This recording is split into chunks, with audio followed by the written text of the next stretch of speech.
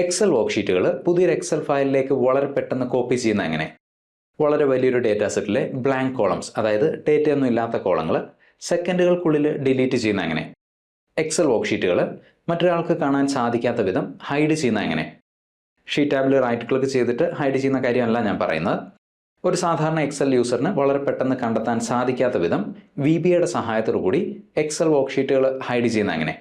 ഇത്തരം 12 Excel tips and tricks ആണ് ഈ വീഡിയോയിൽ നമ്മൾ ഡിസ്കസ് ചെയ്യുക. ഒരു ടേബിളിലെ ബ്ലാങ്ക് കോളംസ്, അതായത് ഡേറ്റയൊന്നും ഇല്ലാത്ത കോളങ്ങൾ വളരെ പെട്ടെന്ന് ഡിലീറ്റ് ചെയ്യുന്ന എങ്ങനെയാണെന്ന് നോക്കാം. ഉദാഹരണത്തിന് ഈ ടേബിൾ നോക്കാം. ഈ ടേബിളിൽ പലയിടത്തായിട്ട് ഡേറ്റയൊന്നും ഇല്ലാത്ത കോളങ്ങൾ കാണാം. ഇത്തരം കോളങ്ങൾ വളരെ പെട്ടെന്ന് ഡിലീറ്റ് ചെയ്യാനായിട്ട് ടേബിളിലെ ഏതെങ്കിലും ഒരു വരി സെലക്ട് ചെയ്യുക. എക്സൽ റിബണിലെ ഹോം ടാബിൽ find and select, go to special. നോക്കുക, ഗോ ടു സ്പെഷ്യൽ എന്നൊരു ഡയലോഗ് ആക്ടിവേറ്റ് ചെയ്യപ്പെട്ടു. ബ്ലാങ്ക്സ്. ഓക്കെ.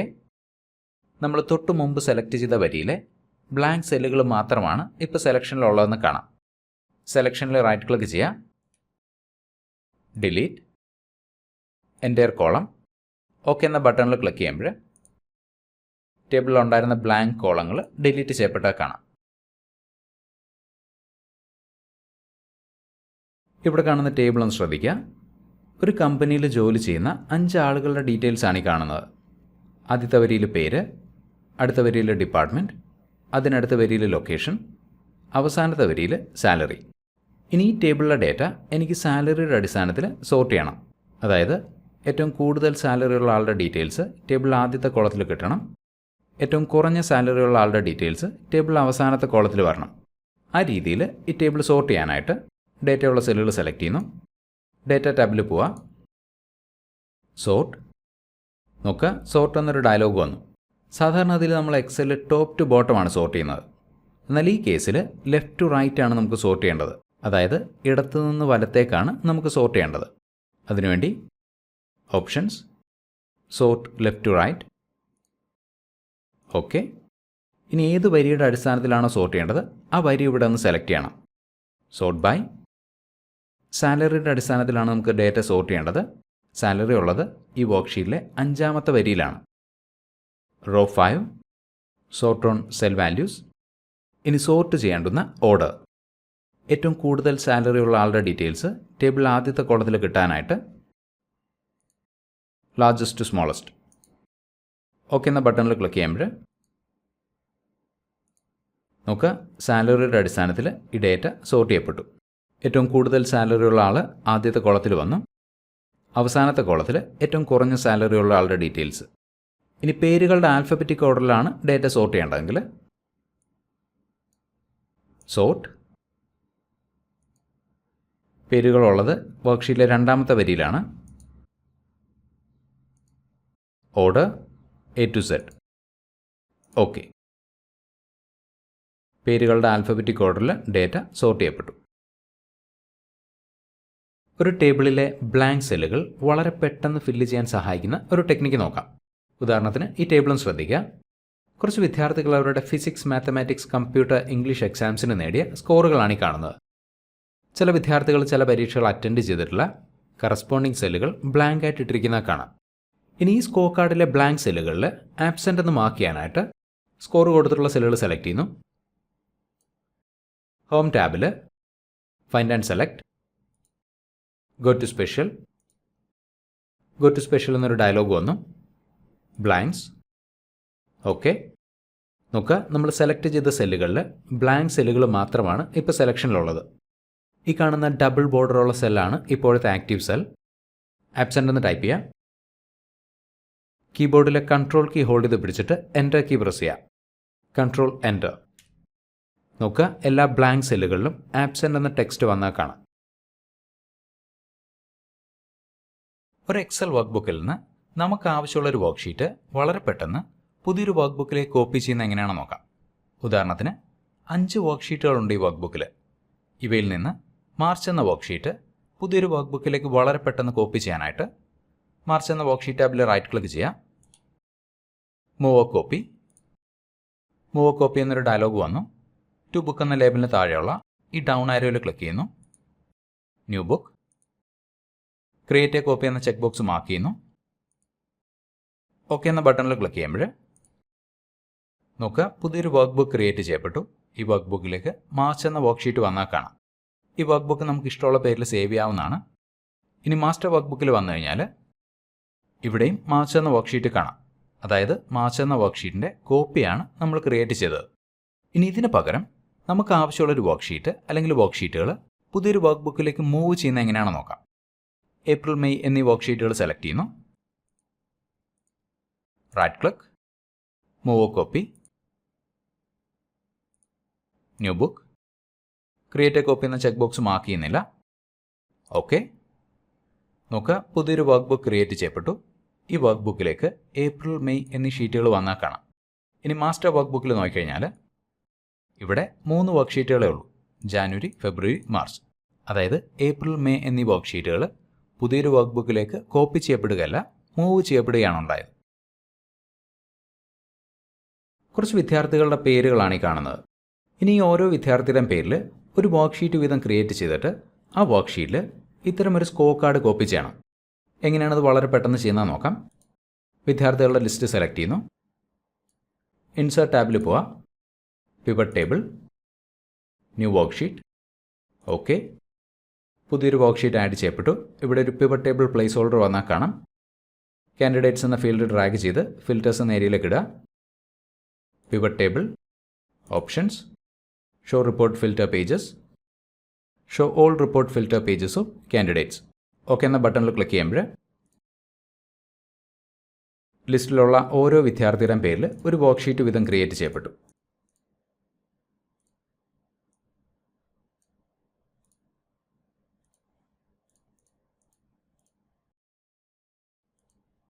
ഇനി സ്കോർ കാർഡ് എന്ന ഷീറ്റിൽ വരിക.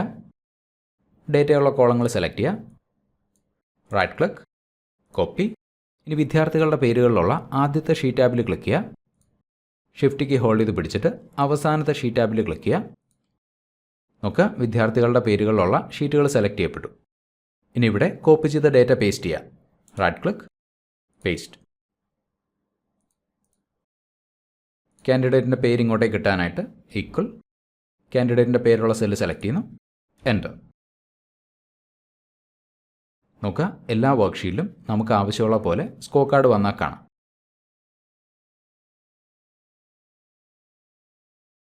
ഇവിടെ കാണുന്ന ടേബിളിലെ സംഖ്യകൾ മാത്രം ഹൈഡ് ചെയ്യാനായിട്ട്, അതായത് ടെക്സ്റ്റ് ഒഴിച്ച് നമ്പേഴ്സ് മാത്രം ഹൈഡ് ചെയ്യാനായിട്ട് ഡേറ്റയുള്ള സെല്ലുകൾ സെലക്ട് ചെയ്യുന്നു. സെലക്ഷനിൽ റൈറ്റ് ക്ലിക്ക് ചെയ്യുക.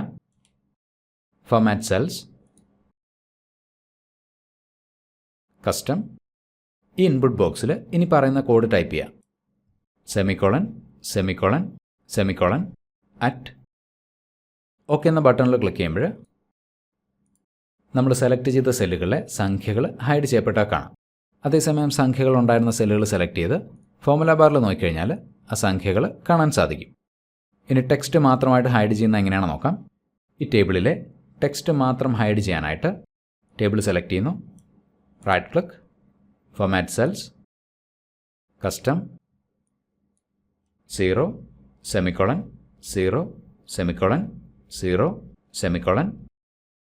ഓക്കെ. നമ്മൾ സെലക്ട് ചെയ്ത സെല്ലുകളിലെ ടെക്സ്റ്റ് മാത്രം ഹൈഡ് ചെയ്യപ്പെട്ടു. ഇനി ടെക്സ്റ്റ് നമ്പറും ഹൈഡ് ചെയ്യണമെങ്കിൽ സെല്ലുകൾ സെലക്ട് ചെയ്യുന്നു. Right click, format cells, custom, semicolon 3 തവണ ടൈപ്പ് ചെയ്യാം. ഓക്കെ.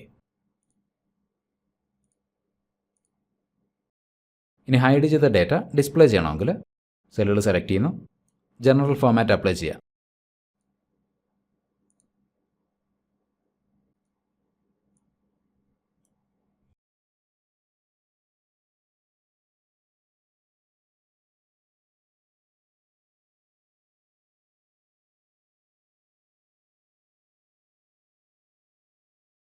ഒരു ടേബിളിലെ എല്ലാ ബ്ലാങ്ക് സെല്ലുകളും, അതായത് ഡേറ്റയൊന്നും ഇല്ലാത്ത എല്ലാ സെല്ലുകളും, ആ സെല്ലുകൾക്ക് തൊട്ട് മുകളിലത്തെ സെല്ലിലെ വാല്യൂ ഉപയോഗിച്ച് വളരെ പെട്ടെന്ന് ഫില്ല് ചെയ്യുന്ന എങ്ങനെയാണെന്ന് നോക്കാം.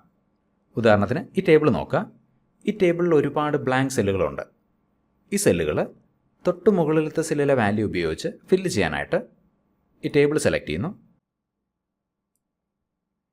എക്സൽ റിബണിലെ ഹോം ടാബിൽ find and select, go to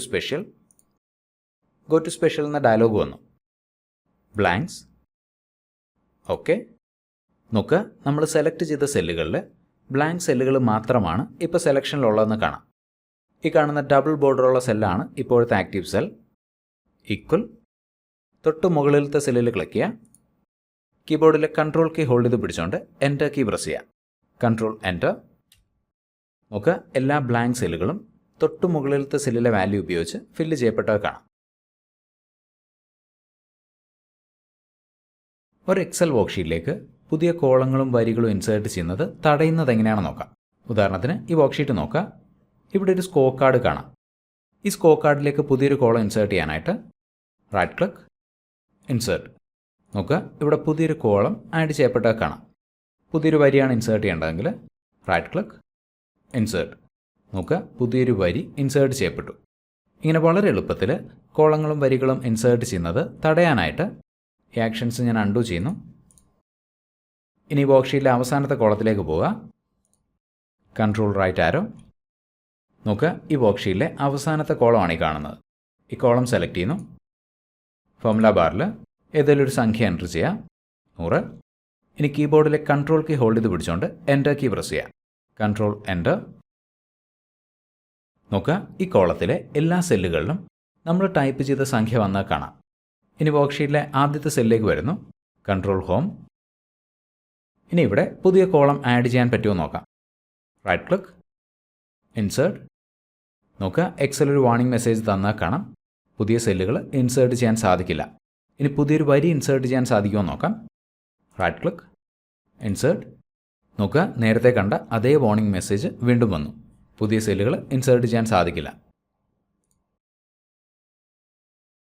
Excel വർക്ക്ഷീറ്റിലുള്ള ഒരു ടേബിളിലൂടെ താഴേക്കും മുകളിലേക്കും സ്ക്രോൾ ചെയ്യുന്ന സമയത്ത് ടേബിളിലെ അവസാനത്തെ വരി അഥവാ ടോട്ടൽ റോ എപ്പോഴും കാണാൻ സാധിക്കുന്ന തരത്തിൽ ഫ്രീസ് ചെയ്ത് നിർത്തുന്ന എങ്ങനെയാണെന്ന് നോക്കാം. ഉദാഹരണത്തിന് ഈ ടേബിൾ നോക്കാം. ഏതാണ്ട് 250-ലധികം റെക്കോർഡ്സ് ഉണ്ട് ഈ ടേബിളിൽ. ടേബിളിലെ അവസാനത്തെ വരിയിലേക്ക് പോകാനായിട്ട് കൺട്രോൾ ഡൗൺ ആരോ. നോക്കുക, ഈ കാണുന്നതാണ് ഈ ടേബിളിലെ അവസാനത്തെ വരി അഥവാ ടോട്ടൽ റോ. ഈ ടേബിളിലൂടെ മുകളിലേക്കും താഴേക്കും സ്ക്രോൾ ചെയ്യുന്ന സമയത്ത് ഈ അവസാനത്തെ വരി എപ്പോഴും കാണാൻ സാധിക്കുന്ന തരത്തിൽ ഫ്രീസ് ചെയ്ത് നിർത്താനായിട്ട് അവസാനത്തെ വരിക്ക് തൊട്ട് മുകളിലത്തെ വരിയിൽ ഏതെങ്കിലും ഒരു സെല്ലിൽ ക്ലിക്ക് ചെയ്യുക. വ്യൂ ടാബിൽ പോവുക. സ്പ്ലിറ്റ് എന്ന ബട്ടണിൽ ക്ലിക്ക് ചെയ്യുക. നോക്കുക, നമ്മൾ സെലക്ട് ചെയ്ത സെല്ലിൻ്റെ ടോപ്പ് ലെഫ്റ്റ് കോർണർ വെച്ചിട്ട് ഈ സ്ക്രീൻ 4 പെയിനായിട്ട് ഡിവൈഡ് ചെയ്യപ്പെട്ടു. ഇനി ഈ വെർട്ടിക്കൽ ലൈനിൽ ക്ലിക്ക് ചെയ്യുക. മൗസ് ബട്ടൺ ഹോൾഡ് ചെയ്ത് പിടിച്ച് വലതുവശത്തേക്ക് ഡ്രാഗ് ചെയ്യുക. മൗസ് ബട്ടൺ റിലീസ് ചെയ്യുക. ഈ കാണുന്ന 2 പെയിൻസ് മാത്രം മതി നമുക്ക്. അതായത് മുകളിലത്തെയും താഴത്തെയും പെയിൻ മാത്രം മതി നമുക്ക്. ഇനി ഹൊറിസോണ്ടൽ ലൈനിൽ ക്ലിക്ക് ചെയ്യുക. മൗസ് ബട്ടൺ ഹോൾഡ് ചെയ്ത് പിടിച്ച് താഴേക്ക് ഡ്രാഗ് ചെയ്യുക. മൗസ് ബട്ടൺ റിലീസ് ചെയ്യുന്നു. നോക്കുക, ടേബിളിലെ അവസാനത്തെ 2 വരികളാണ് ഈ കാണുന്നത്. ഇനി ഹൊറിസോണ്ടൽ ലൈനിന് മുകളിലുള്ള പെയിനിൽ ക്ലിക്ക് ചെയ്യുക. ഇനി ഈ പെയിൻ ഉപയോഗിച്ചിട്ട് ടേബിളിലൂടെ മുകളിലേക്കും താഴേക്കും നമുക്ക് സ്ക്രോൾ ചെയ്യാവുന്നതാണ്. അതേസമയം താഴത്തെ പെയിനിൽ ടേബിളിലെ അവസാനത്തെ 2 വരികൾ എപ്പോഴും വിസിബിൾ ആയിരിക്കും. ടേബിളിൻ്റെ മുകളിലത്തെ പോർഷനാണ് ഈ കാണുന്നത്. ഇവിടെ ഒരു വാല്യൂ ഞാൻ ചേഞ്ച് ചെയ്യുന്നു. 5. എൻ്റർ. നോക്കുക, കറസ്പോണ്ടിങ് എമൗണ്ടും ഗ്രാൻഡ് ടോട്ടലും അപ്ഡേറ്റ് ചെയ്യപ്പെട്ടാൽ കാണാം.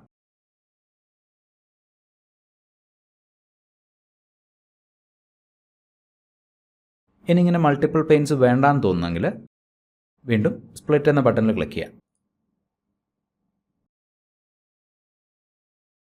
എക്സൽ ഷീറ്റിലെ വാല്യൂസ് നമുക്ക് ആവശ്യമുള്ള രീതിയിൽ റൊട്ടേറ്റ് ചെയ്യുന്ന എങ്ങനെയാണെന്ന് നോക്കാം. ഉദാഹരണത്തിന് ഈ ടേബിളിൻ്റെ column headers anticlockwise ഡയറക്ഷനിൽ 45 ഡിഗ്രിയിൽ റൊട്ടേറ്റ് ചെയ്യാനായിട്ട് കോളം ഹെഡേഴ്സ് ഉള്ള സെല്ലുകൾ സെലക്ട് ചെയ്യുന്നു. സെലക്ഷനിൽ റൈറ്റ് ക്ലിക്ക് ചെയ്യാം. Format cells. നോക്കുക, ഫോർമാറ്റ് സെൽസ് എന്ന ഡയലോഗ് വന്നു. അലൈൻമെൻറ്റ്.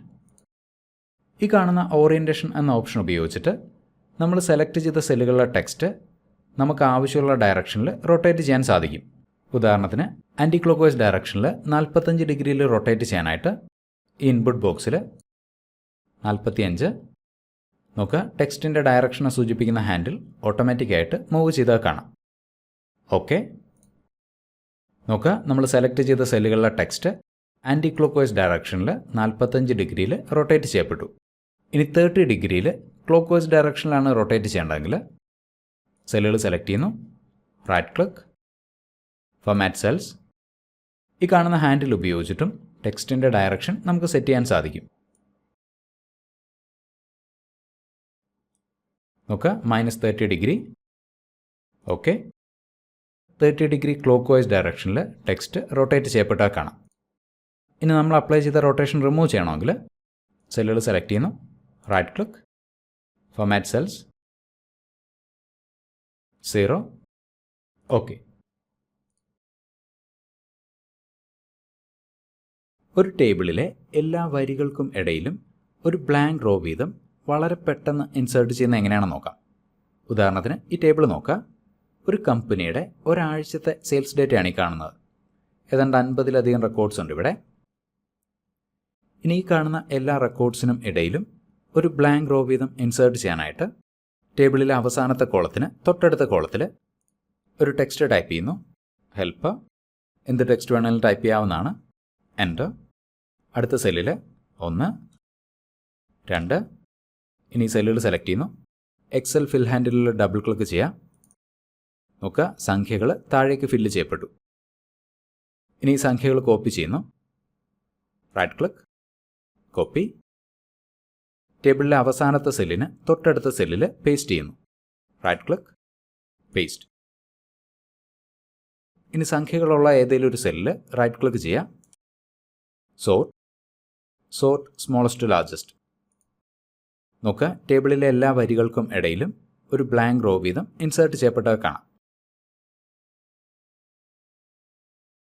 ഇനി അവസാനത്തെ കോളം നമുക്ക് ആവശ്യമില്ല. ഡിലീറ്റ്.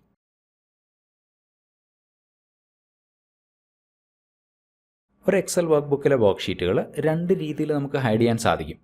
ഒന്ന്, സാധാരണ എക്സൽ യൂസേഴ്സിന് അറിയാവുന്ന മെത്തേഡാണ്. ഉദാഹരണത്തിന് മാർച്ച് എന്ന വർക്ക് ഷീറ്റാണ് ഹൈഡ് ചെയ്യേണ്ടതെങ്കിൽ ഈ ഷീറ്റ് ടാബിൽ റൈറ്റ് ക്ലിക്ക് ചെയ്യുന്നു, ഹൈഡ്. നോക്കുക, മാർച്ച് എന്ന വർക്ക് ഷീറ്റ് ഹൈഡ് ചെയ്യപ്പെട്ടു. വീണ്ടും ജൂൺ എന്ന വർക്ക് ഷീറ്റും ഹൈഡ് ചെയ്യപ്പെട്ടു. ഇനി ഹൈഡ് ചെയ്ത വർക്ക് ഷീറ്റുകൾ അൺഹൈഡ് ചെയ്യണമെങ്കിൽ ഇവിടെയുള്ള ഏതെങ്കിലും ഒരു ഷീറ്റ് ടാബിൽ റൈറ്റ് ക്ലിക്ക് ചെയ്യുക, അൺഹൈഡ്. നോക്കുക, അൺഹൈഡ് എന്ന ഈ ഡയലോഗിൽ നമ്മൾ ഹൈഡ് ചെയ്ത ഷീറ്റുകളുടെ ലിസ്റ്റ് കാണാം. March, June. ഇവിടെ നിന്ന് അൺഹൈഡ് ചെയ്യേണ്ടെന്ന ഷീറ്റ് സെലക്ട് ചെയ്യുക. ജൂൺ എന്ന വർക്ക് ഷീറ്റാണ് അൺഹൈഡ് ചെയ്യേണ്ടതെങ്കിൽ ജൂൺ. ഓക്കെ. നോക്കുക, ജൂൺ എന്ന വർക്ക് ഷീറ്റ് അൺഹൈഡ് ചെയ്യപ്പെട്ടു, അഥവാ വിസിബിളായി. ഇനി ഇതിന് പുറമെ ഷീറ്റ് ഹൈഡ് ചെയ്യാനായിട്ട് അധികം ആർക്കും അറിയാത്ത മറ്റൊരു മെത്തേഡ് കൂടിയുണ്ട്. ആ മെത്തേഡ് ഉപയോഗിച്ചാണ് ഷീറ്റ് നമ്മൾ ഹൈഡ് ചെയ്യുന്നതെങ്കിൽ സാധാരണ എക്സൽ യൂസേഴ്സിന് അത് കണ്ടെത്താൻ സാധിക്കില്ല. ആ മെത്തേഡ് കൂടെ നോക്കാം. എക്സൽ റിബണിലെ ഡെവലപ്പർ ടാബിൽ പോവുക. നിങ്ങളുടെ എക്സൽ റിബണിൽ ഡെവലപ്പർ ടാബ് ഇല്ല എന്നുണ്ടെങ്കിൽ ഇവിടെയുള്ള ഏതെങ്കിലും ഒരു ടാബിൽ റൈറ്റ് ക്ലിക്ക് ചെയ്യുക, customise the ribbon.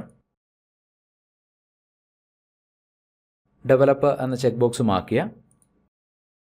Okay. Excel റിബണിൽ developer tab വന്നാൽ കാണാം. Developer, visual basic. നോക്കുക, ഈ കാണുന്നതാണ് എക്സലിൻ്റെ വിഷ്വൽ ബേസിക് എഡിറ്റർ. ഈ എക്സൽ വർക്ക് ബുക്കിലെ എല്ലാ വർക്ക് ഷീറ്റുകളുടെ ലിസ്റ്റ് ഇവിടെ കാണാം. മാർച്ച്, ജാനുവരി, ഫെബ്രുവരി, ഏപ്രിൽ, മെയ്, ജൂൺ. ഇനി ഫെബ്രുവരി എന്ന ഷീറ്റാണ് ഹൈഡ് ചെയ്യേണ്ടതെന്ന് വിചാരിക്കുക. ഫെബ്രുവരി സെലക്ട് ചെയ്യുന്നു. പ്രോപ്പർട്ടീസ് എന്ന പെയിനിലെ വിസിബിൾ എന്ന ലേബലിന് നേരെയുള്ള ഈ ബോക്സിൽ ക്ലിക്ക് ചെയ്യുന്നു. ഇവിടെ ഒരു ആരോ വന്നാൽ കാണാം. ആരോയിൽ ക്ലിക്ക് ചെയ്യുന്നു. ഇവിടെ 3 ഓപ്ഷൻസ് ഉണ്ട്. Excel sheet visible, Excel sheet hidden, Excel sheet very hidden. മൂന്നാമത്തെ ഓപ്ഷൻ സെലക്ട് ചെയ്യുന്നു, എക്സൽ ഷീറ്റ് വെരി ഹിഡൻ.